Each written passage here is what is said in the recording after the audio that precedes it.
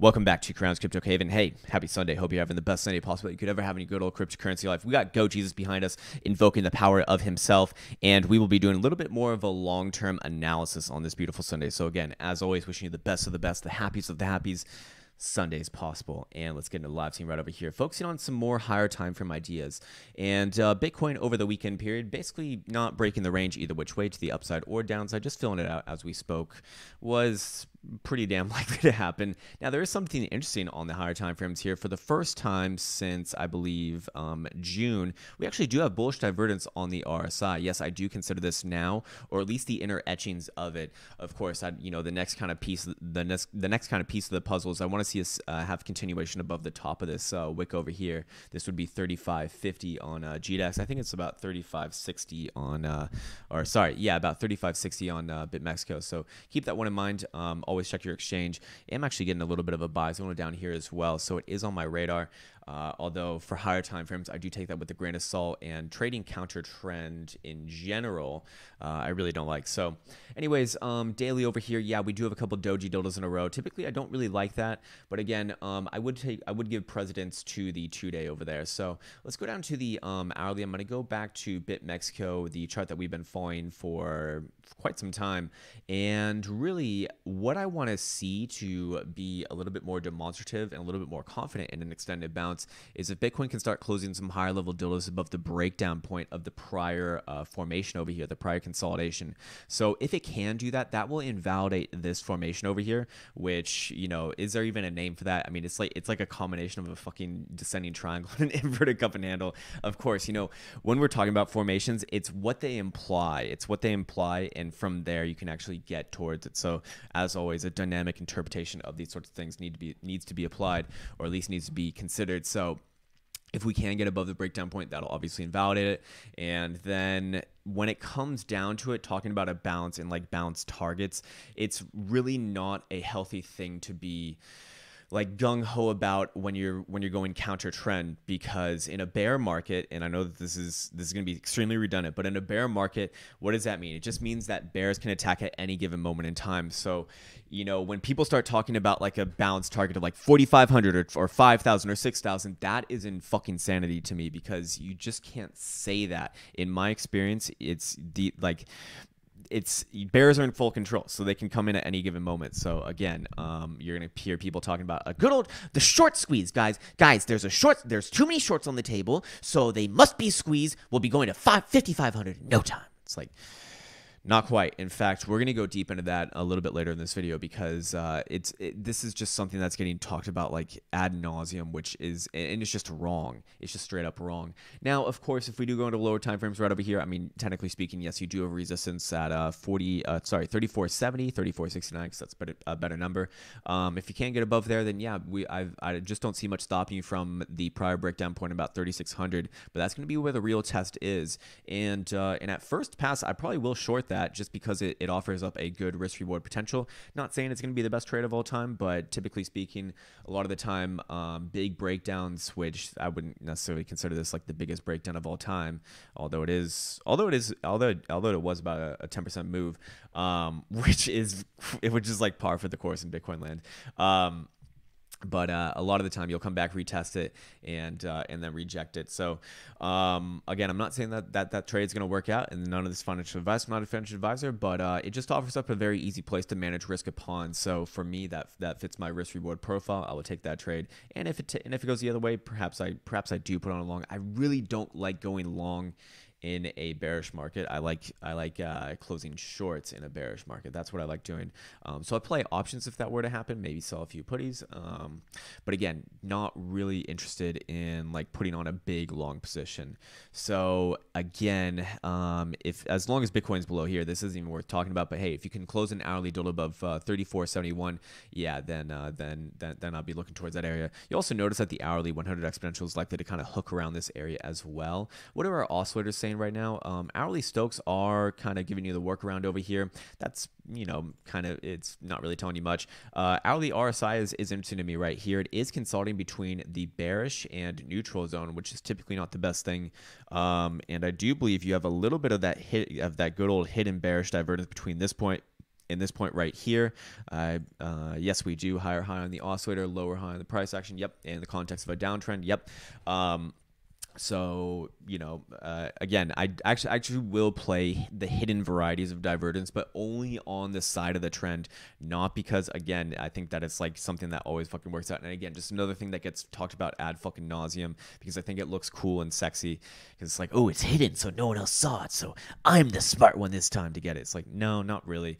But when you are going in the same direction of the trend, like it just makes it more likely that it continues, as you know, a trend does. So yeah, do I put a lot of weight on that right here?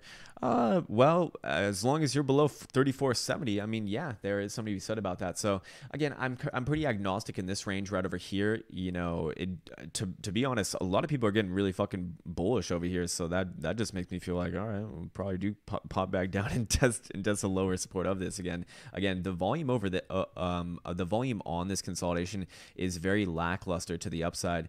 If you are going to have a real bounce, you really want to see sustained volume to the upside, like very quickly, and almost immediately it's kind of dying off. I mean, when you retrace your pump dildo right over here, literally, I mean, this is quite literally almost all the way. So we pumped up about 9.65%, dropped down all the way to 1.29%. Yeah, that's pretty much all the fucking way. It's not a good sign, man. It's not a good sign. Even if it is a weekend, you know, the bots and the algorithms should be respecting that area.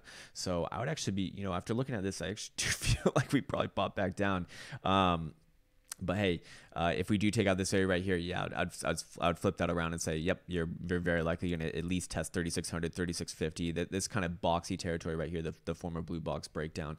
So yeah, you know, so if you're asking my opinion, again, I don't trade my opinion, but if you're asking my opinion, probably actually do troop down here again.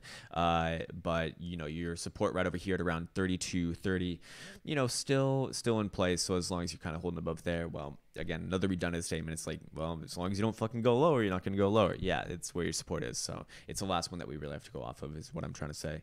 Okay, so there is something else to be aware of over here. I'm going to put on my calculator, and let's just look at the volume on this bounce tilde over here. This was almost 300 million, which is not much. That's not much.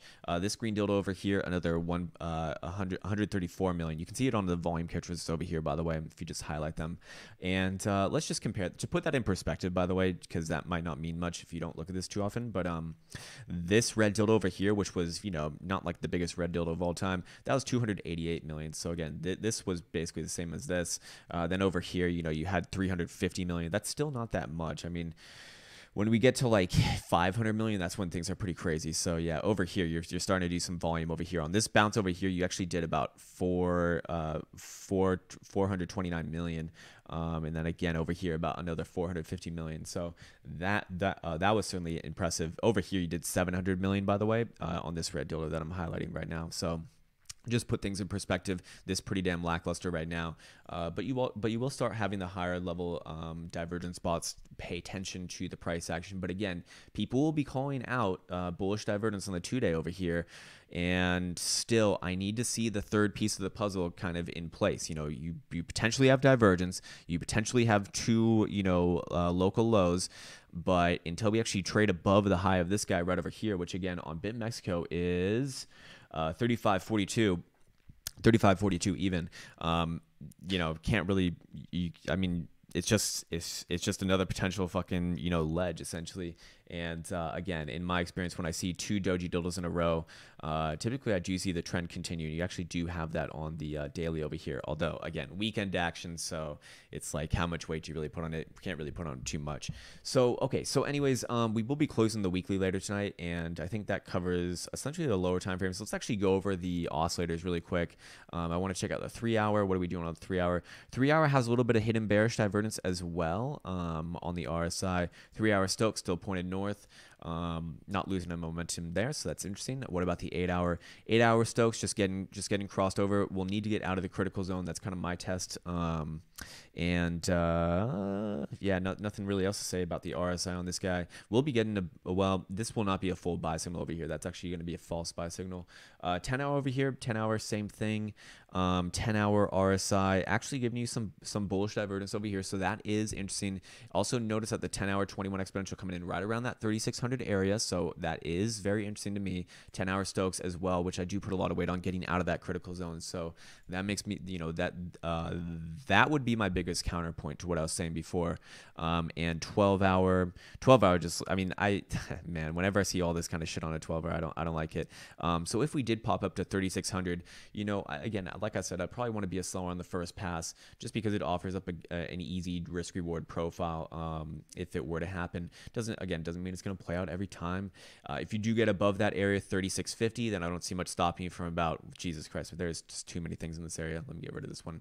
Then I don't see much stopping you from about 3800 if you get above that area. Don't see much stopping from 3900, and I know this is just going to be $100 up each and every time. But that's really the point of this, and why I think the people who are saying that, if you get like that you're just going to bounce on up to like fucking 45 or 5,000 from here, it's just fucking insanity. And I'm going to go over a lot more in detail on the higher time frames and why that's just unlikely.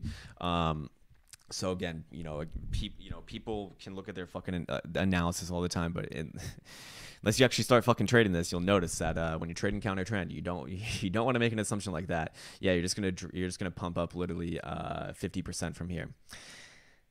That's interesting. I do believe that Bitcoin is going lower, and I do believe that Bitcoin is going much lower. That's going to be personal opinion, right? But hey, I will essentially, as long as Bitcoin is below this 6,000 area right over here, the breakdown point, I will essentially be bearish, meaning that I will be looking for, I'll just mark it off right here. I'll be looking for lower lows into our next kind of blue box territories. The first being this guy right over here between about 26 and 2,900, and then the second guy being over here at around 1,200 to 1,500. So those are the two areas that I really have marked off. I don't believe that we've hit a bottom over here. Yes, you will notice that we have hit the 200 simple moving average, or I mean, it's close enough, right? Bitstamp got all the way down to 32.10 on the last drive lower, and the 200 simple, the red line is coming in around 31.63 again on stamp. So when I look at that, you're going to have a reaction off that, typically speaking. You're probably going to bounce off it a little bit, typically speaking, but still opening and closing your second dildo below this purple 200 exponential moving average. I believe that we will be opening and closing dildos below that for quite some time. So again, or at least closing dildos below that for quite some time. You might get a wick up above this 200 exponential moving average over here, which by the way is around 4150. But I don't believe you're going to be closing dildos above that anytime soon. So people who think that we're just going to like V bottom out of here and just go boop boop, it's like, no, that's very unlikely. It's going to take a long time. So again, going back to my fresh GDAX chart over here, 6,100, very, very important, because as long as we're below there, I will essentially be looking for one of those lower lows, because we just don't have something that is indicative of capitulation or a true bottom just yet. And when I say true bottom, I mean something that resembles a no questions asked in my mind, low. So when it comes down to it, right, I can come about this two ways, with basically becoming, maybe not necessarily bullish, but like saying, okay, I don't believe that Bitcoin's going any lower and it's time to look for an accumulation phase. Well, if Bitcoin could start closing higher level dildos above 66,000 to 6,100, that would be good.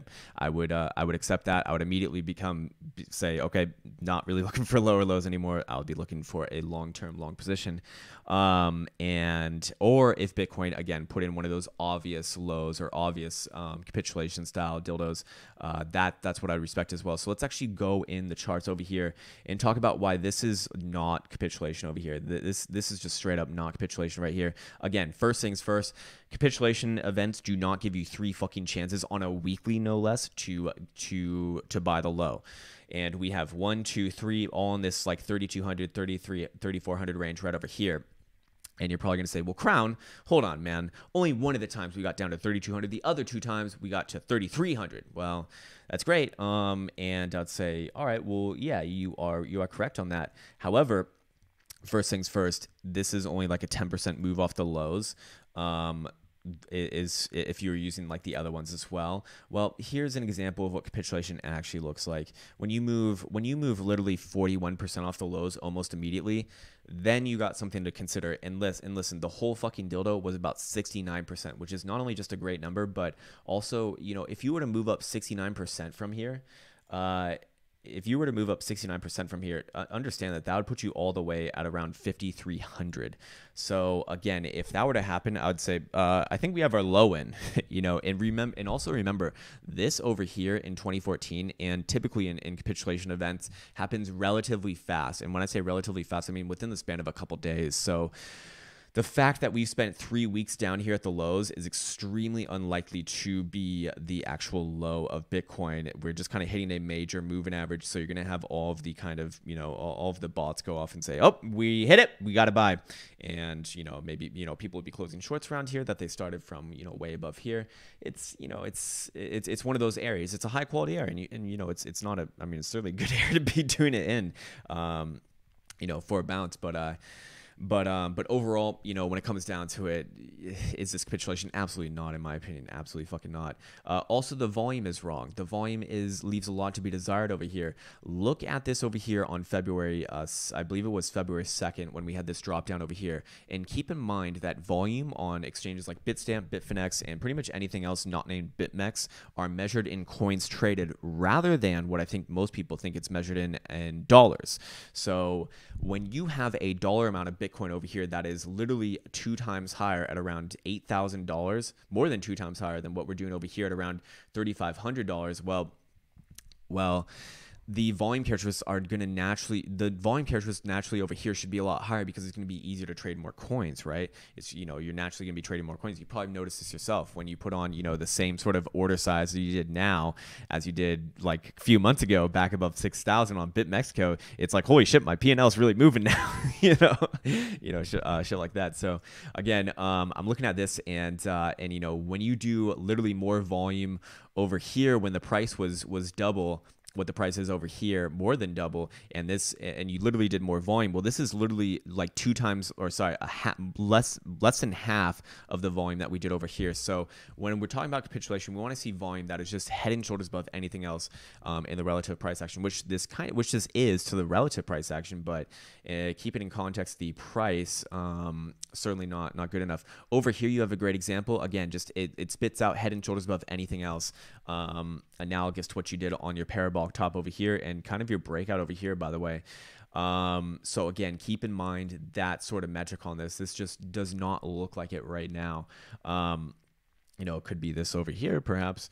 But again, you know, I don't want to get into fucking fract. I don't want to make it sound like, oh, we're just following the roadmap over here, and we're in this part, and then we're just gonna go down from there, and then that's gonna be all. It's gonna be that simple, guys. Just a little roadmap over here. Yes.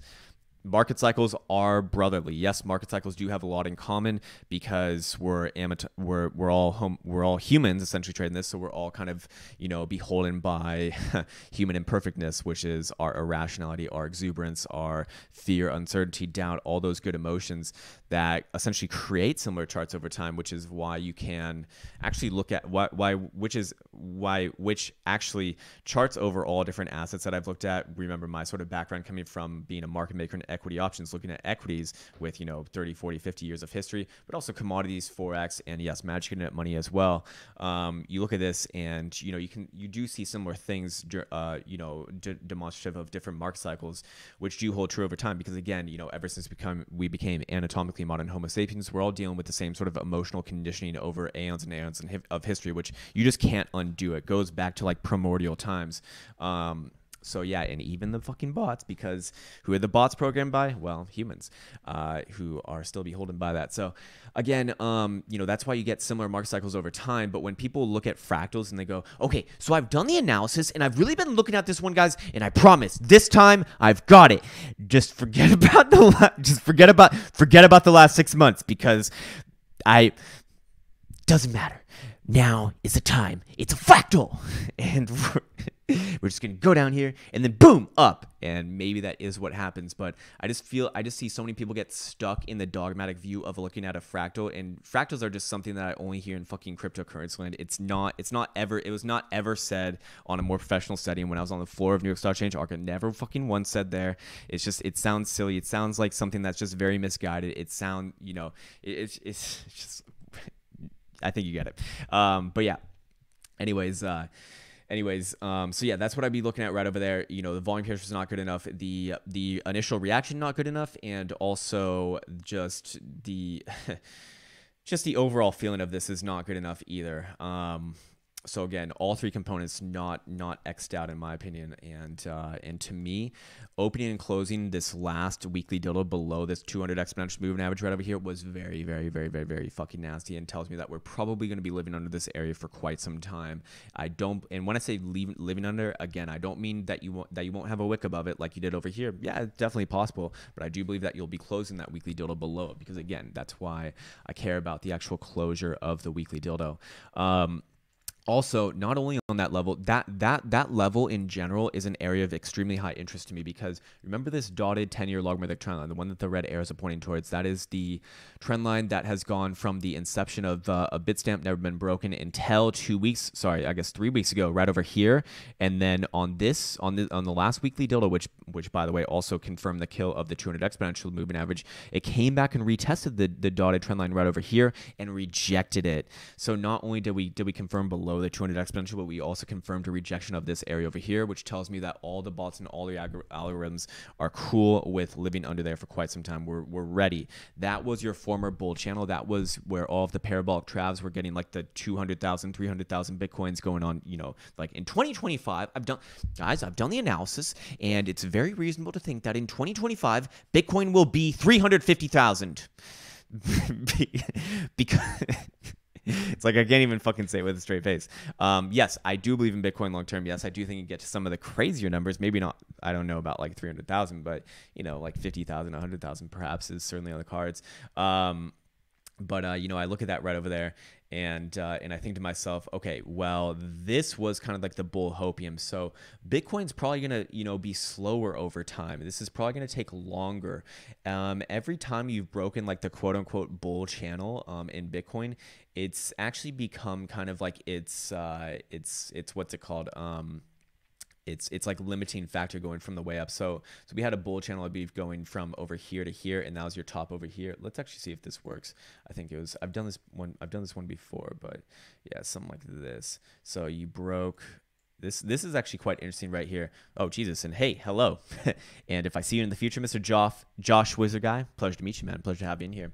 Anyways, yeah, so over here, you kind of had your bottom support of the bull channel. You broke it over here, right? You broke it over here, which is similar to how we're breaking our own bull channel over here on this first major kind of drop down off of this area right over here. And where does it end up? Well, that actually ends up being like the high of your next market phase in 2018, as you can see. So I don't have it perfect right here because I can't Jesus Christ, man, this is just so annoying. It's just so annoying. Sometimes I'm like very OCD with how I get this, and like the smallest change with how you angle this is gonna account for just a massive change in price action. But something like this, if I were to really do it out, it's gonna look something like this, where you break it over here, and then that becomes your next high of your next market cycle.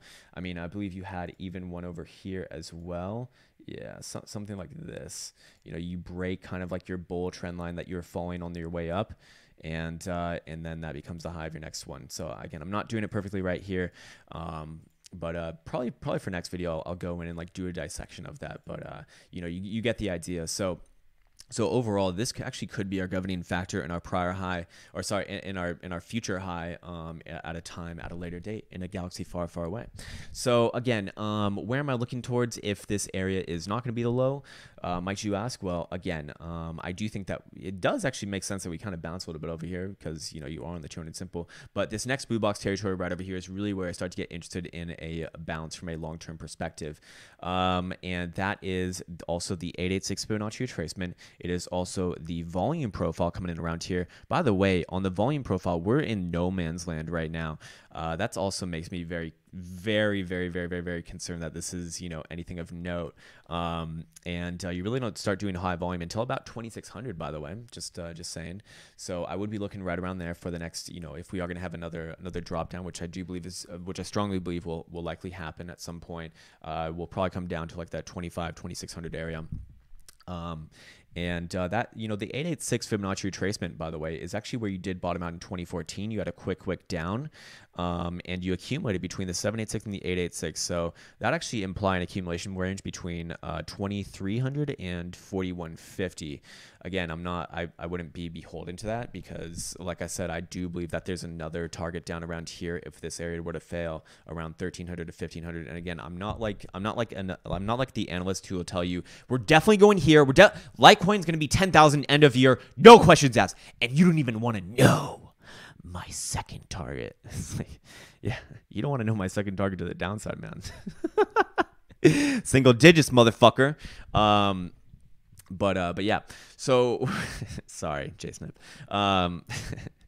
Anyways, yeah. So again, that's kind of the way that I do it. Is like this first blue box territory over here that failed. That was where I was really looking for an actual bounce. We failed the 200 exponential moving average. That was your first big, you know, that was your first big red flag, and like a red flag big enough to make me extremely bearish after that too. Like that's not it's not a good thing. And after that, then yeah, I start looking towards this area right here. So we're kind of in no man's land right here. Yeah, you might bounce up, you might bounce down, but coming into Monday, I believe that we're going to get some price action because, you know, regular markets will be up, and we're going to get into regular markets soon as I think we're going to be in for a very exciting week actually. So again, next area right over here, and if that area fails, then yes, I do see about 1100 to 1300 or 1500, whatever that might be. Yeah, you will have a little bit of support right here at about 1850. You know, it's but I don't really see too much else pointing you down towards there. Volume profile also really good on this lower drive around here as well. If we just get rid of that prior area. Yeah, there you go. Penis Christian coming in right around here at around 1100 actually, by the way. So interesting as well. Also, I do want to say this, and again, not my favorite way of doing things, but, or sorry, we should actually show this first. So there's a lot of things wrong with the 200 exponential right over here. Or sorry, not a lot of things wrong, but a lot of things telling me that, hey, we're not going to be getting back above that area for a long time. Because not only is it the 200 exponential, right? The purple 200 exponential moving average right over here. And also remember the dotted trend line over here, which was broken, retested, and confirmed broken. But also, if we put on only the Bollinger Bands, which again, not my favorite way of doing things, but when it agrees with everything else that I'm saying, I like it. So it's like little bit of selective hearing. But hey, you know, we did the same thing over here. You know, you bust your first little below it on extremely heavy volume, and then you retest it over here and confirm that you're rejecting it, and then you trend further lower, which is exactly how the Bollinger Band should, you know, theoretically operate. So this would also be demonstrative of some more further downside, actually, like in a more immediate time frame as well. So again, I look at this guy right over here, and I think to myself,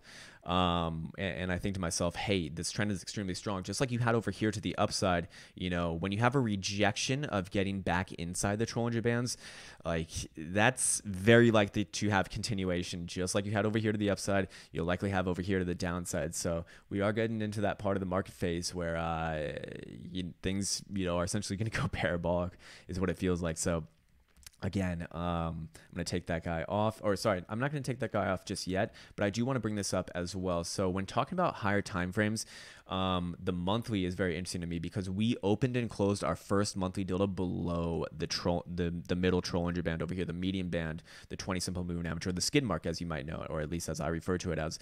And that is, traditionally speaking, a very, very, very, very, very bad thing because it, again, I'm going to say something that it has a contingency on it, but typically speaking, not always, but typically speaking, it does imply a test of the lower Bollinger Band. But remember, the lower Bollinger Band on the monthly is all the way at $700.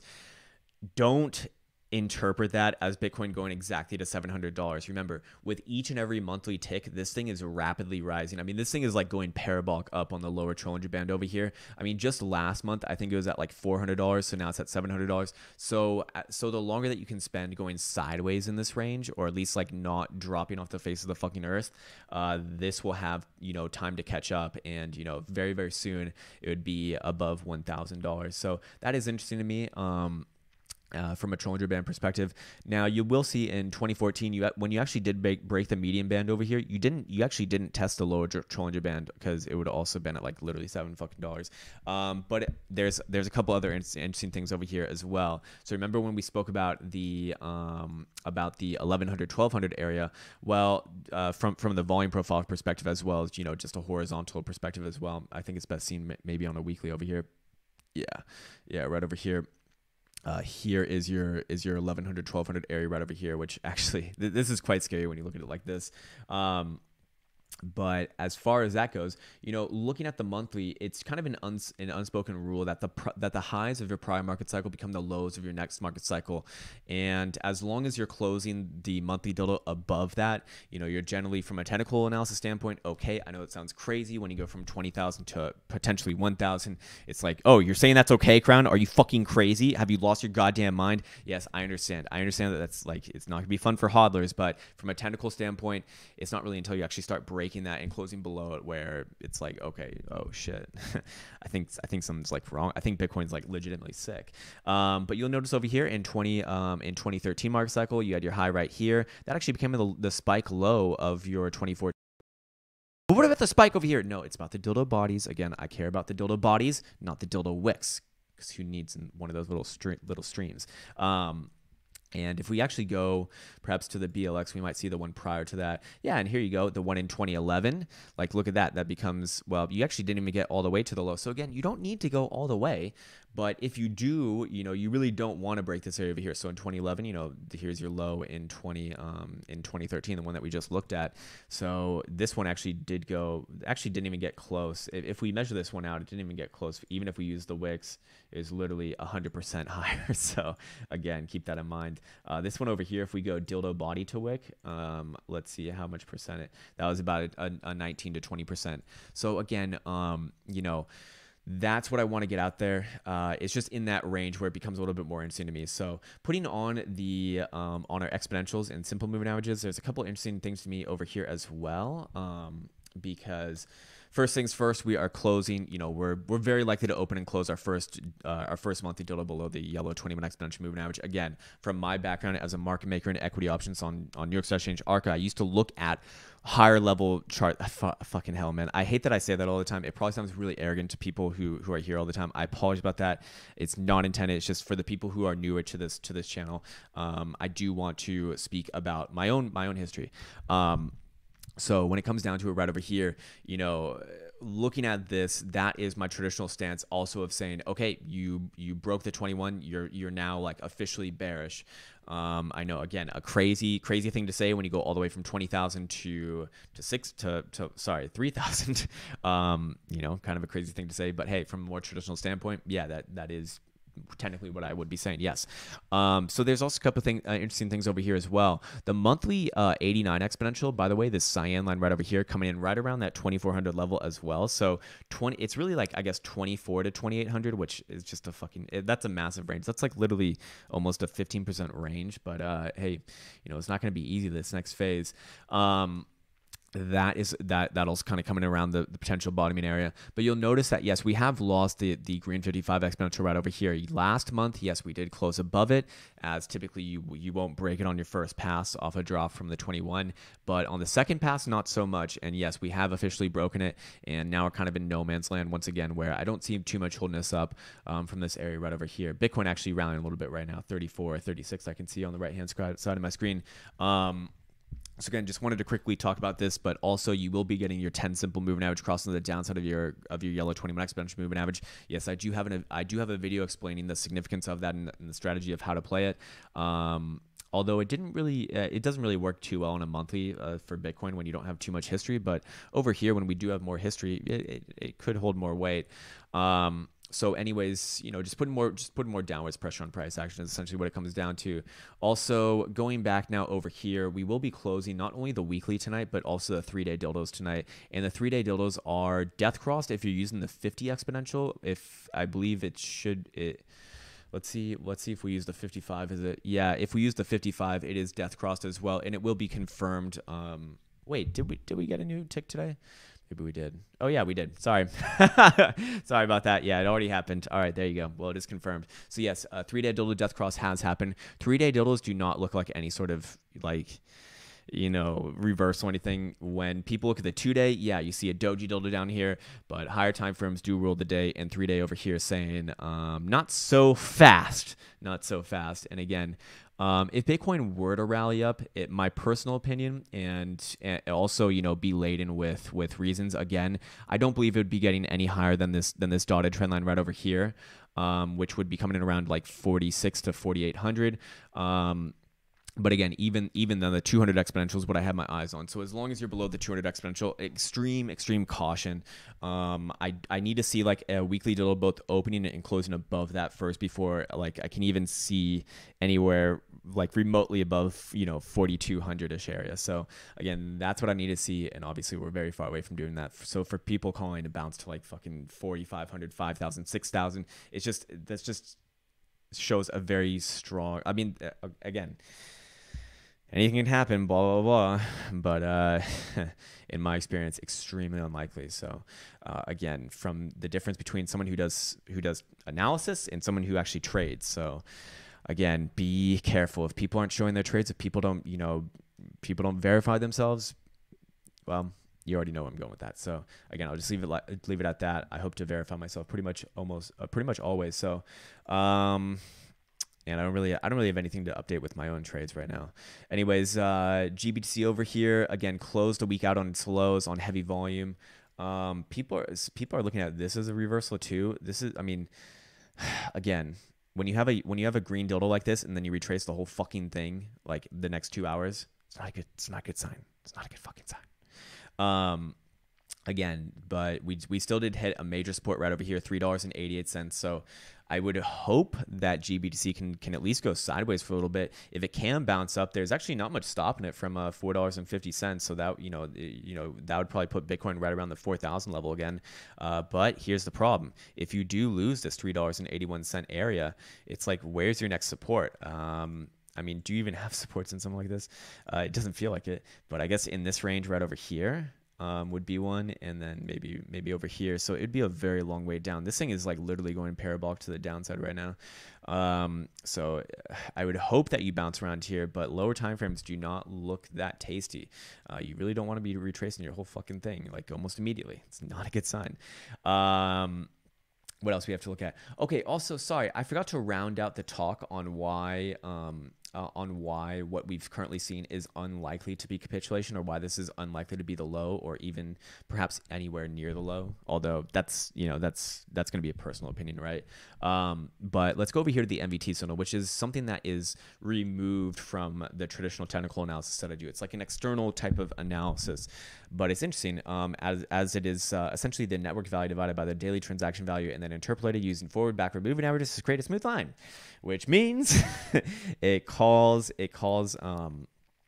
tops extremely well. In fact, it is called every top in Bitcoin's history perfectly, going back to the inception. Right here, bull trap right here, parabolic top right here, a couple bull traps in 2018. Now that's, anytime it gets over where my cursor currently is, that is typically a top. And after it tops out, it actually does go down to on the oscillator where my cursor currently is now, or lower around this 50 mark. And you can see after Bitcoin did get to the second highest it's ever been on this, it did get all the way down. It's currently like a little bit below 100 right now, so still some daylight all the way to 50. Where does that put Bitcoin at from a price range perspective? I have no way of fucking knowing that. Again, I don't think that it operates in a one-to-one fashion. Like if you're at 100 and then it goes to 50, so that means you just divide the current price by 2. I don't think it works like that. But hey, it is worth considering, because now we have an external factor saying, hey, yeah, hold your horse if you think this is the full-on low. Not only that, but I want to bring up this as well. I definitely want to bring up this. So this is something that we were monitoring for a while when Bitcoin was above 6,000. This is the Bitfinex Bitcoin wallet. And this is just very interesting to me that you see the same kind of patterns in the charts over here. And in fact, this one's easier to read in my opinion.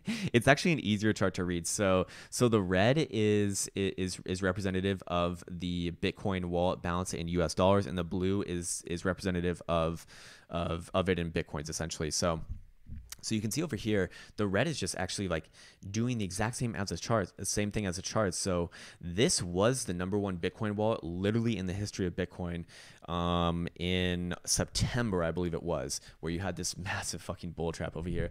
And then after that, there was just a mass exodus of Bitcoins out of Finex over here. Again, remember the blue line represents the balance in Bitcoins, not dollars. That's a red line. And so it went all the way from 226,000 Bitcoins, 226,000 Bitcoins. My God. How do I do this as a living? Nobody knows.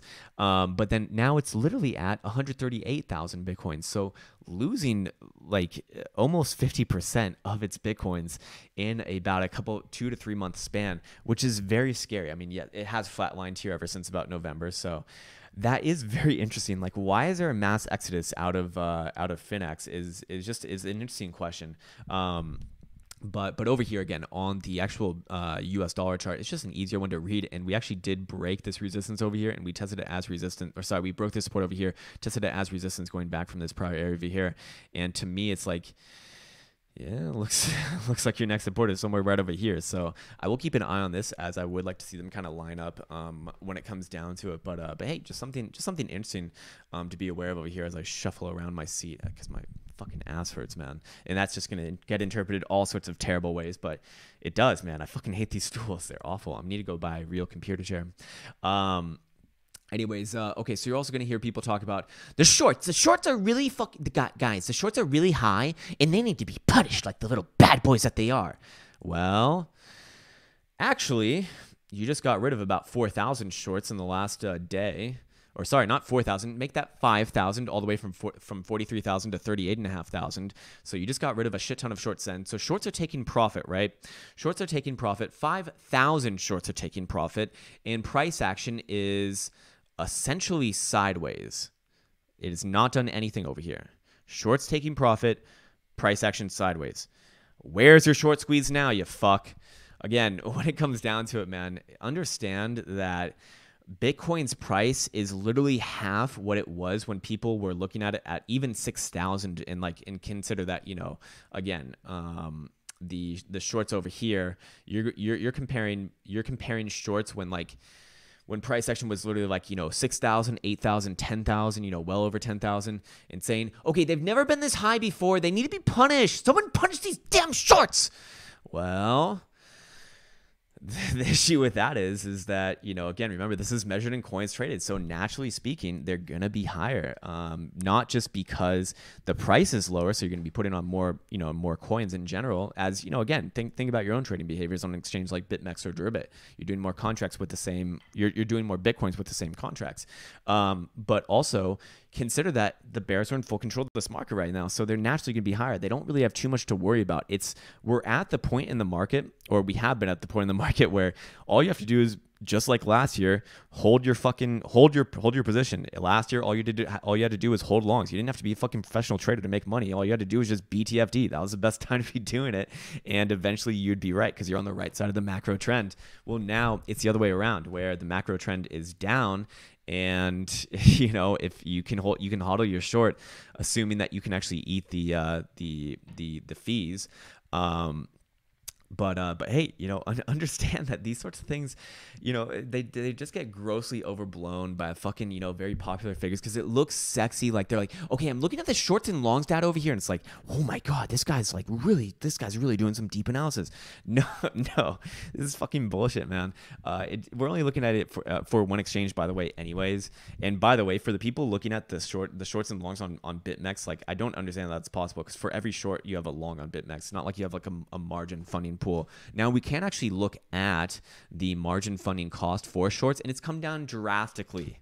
Yesterday when we looked at it, it was 0.06% or 0.65. Now it's 0.25%. So this is highly variable. Just to show this, I mean, don't be swindled by people have been saying that there's going to be a short squeeze like even above 6,000. It's like, no. Not really. Price action first. Price action takes precedence. If you do have some upwards momentum, yeah, people are going to start screaming short squeeze, short squeeze, short squeeze. But understand this, guys, you just lost 5,000 coins short, and price action barely fucking moved, man. Barely fucking moved, like $100. And now it's coming back down. I mean, it's basically still in the same range. You haven't broken any major resistances, and you still got rid of a shit ton of shorts. So people actually taking profits over here. And again, remember, when you're on the side of the trend, you're naturally going to have a higher number.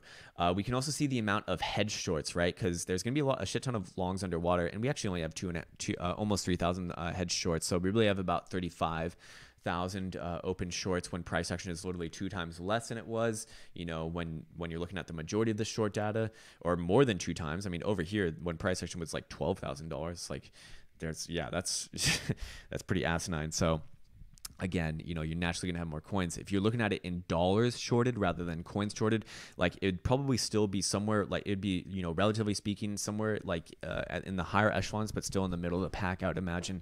And that would actually be a really cool thing to do, just like measured against the fucking dollar. If someone could put that together, that would be incredibly useful. Anyways, longs over here still hanging around 28,000. Not really doing anything. People aren't really.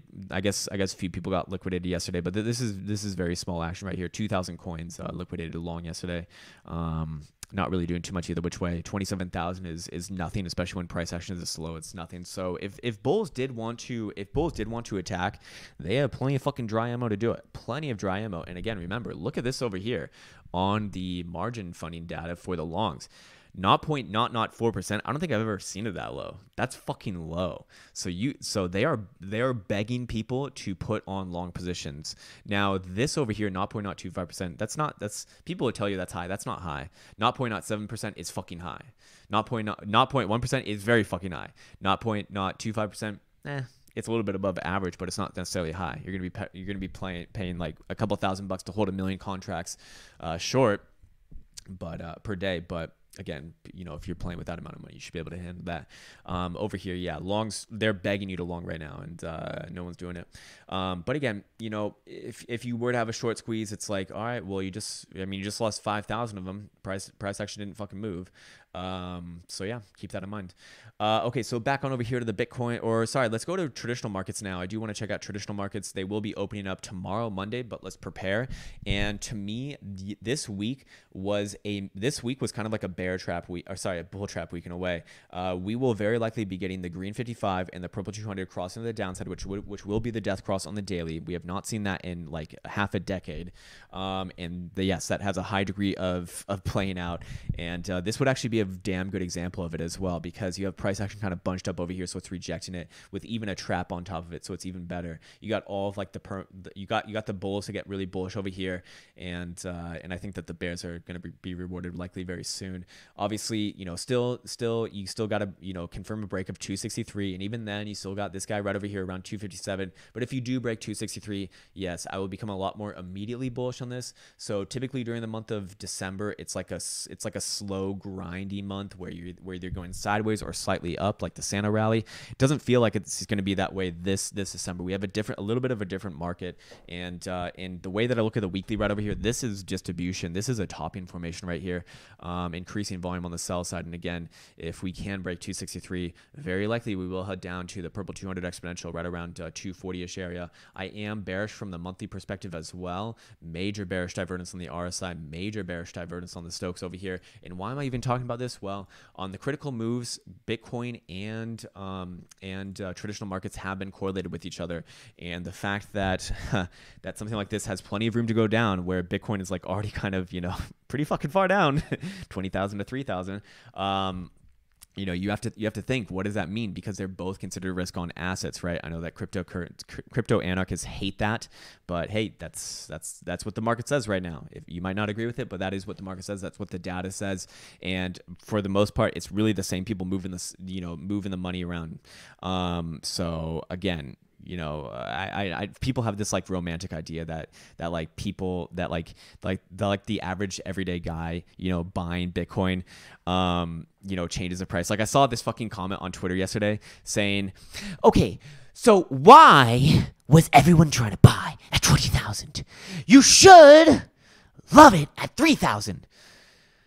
Oh my fucking God. Do you think that someone who just bought one fucking Bitcoin at 20,000 like really moves the price? Fuck no. They're a drop of piss in the ocean on Venus, which is, I think, all oceans, or maybe I'm wrong, but I don't know. I don't know my fucking planetaries, but I do know technical analysis, which sometimes people talk about as astrology. So anyways, my point with that is that it's big players that move money. If you're not playing with anything over like 500 million to like over $1 billion, like you're not moving the fucking markets. So when people talk like that, it's just so funny. It's like, wow, it's like you believe in Santa Claus. You really think that like the small guy with an account of $50,000 moves prices. I mean, even $500,000, it doesn't do shit. So again, if this can have much more room to the downside, understand that Bitcoin, well, you might love it at a much lower price. But again, in the lower time frames right over here, it does look like potential bounce time, but I don't know. I think I might take the contrarian view here, saying I think that we do head a little bit lower. And even if you did test a little bit higher, I think that 3,600 gets rejected pretty harshly, and that would be a heavy short. Even then, I don't even hate taking a trade right. I mean, it gave you a few trades over here at 34.70 already. So, kind of late to the party on that guy. But hey, at the end of the day, I'll go with the overall trend until told otherwise. So, this is the problem again. If you are trying to be bullish on this asset, you're in a bearish market, so bears can come in at any given time. I know that's not too helpful, but that is the truth of it, and that's why I don't like taking longs in bearish markets. You're gonna see everyone who's been looking for fucking bullish divergence all the way up to even a 10 or 12 hour chart.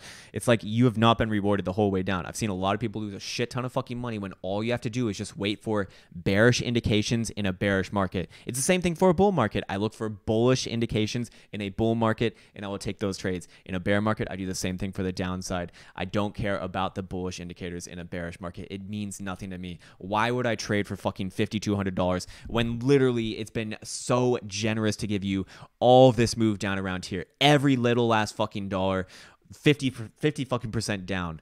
Or guys, I'm gonna buy the dip.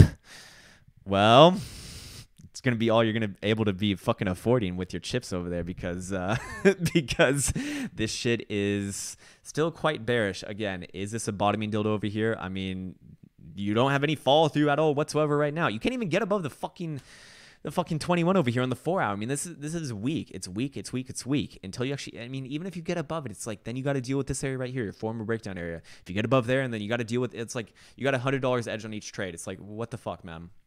And remember, this formation over here, we still do have a measurement move pointing us down to about 2,800, I believe it is. So that is still in play as long as we're below 3,600. But we'll be taken off the table if we get above 3,600. That's what I'm looking at right over there. What else do we have to talk about? Have I done enough? Have I said enough? Have I said everything that I want to say? Have I said everything that there is to say? Maybe I just talk too much and you just don't want to talk and you just don't want to listen to me anymore. Let's check out the daily over here. I want to see the daily oscillators. Daily Stokes still actually headed down right now, but they are going to test a critical zone right here. A lot of the times you will find support around there. Daily RSI is actually trending below the exponential right here. So this again would lead me to be a little bit more bearish on this.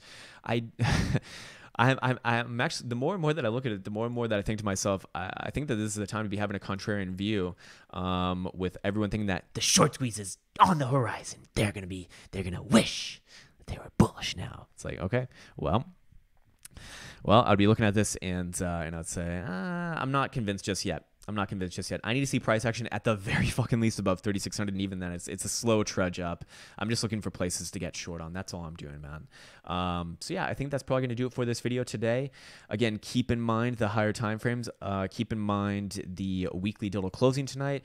Very likely to close below our 200 exponential at 4,200. So again, as long as we're below there, I believe that we're going to be living below there for a long fucking time. And that would just be another kind of piece of the puzzle right here, piece of the pie, so to speak. To the downside, we spoke about our targets. Essentially, the next, well, you know, we still got to confirm a breakdown below the 200 simple moving average, which again, what's our 200, or sorry, our red simple moving average right over here, which I think that we did test it. That does count as a test, and that is the reaction off the test. This is not the strongest reaction. I mean, only a 5% move off the lows. It's not that great. But if we do break that area, again, the next areas that I start looking towards is this massive blue box right here between about 24 and 2,800. And then if that one breaks, then yeah, I'd be looking down towards here. So that's going to do it for this video today. I hope this one finds you well, and I'll be back on a little bit later with some live stream action. Look forward to doing that. And yeah, I hope everyone's having a beautiful rest of your Sunday. Hope everyone has the best Sunday possible. Hope that you're praying to all the good prophets, like Go Jesus behind me, because he will serve you well, and Bear Jesus has been serving you pretty damn well recently as well. But hey, always be fluid. So again, guys, it's been a pleasure speaking with you, and I'll see you guys soon. Take care.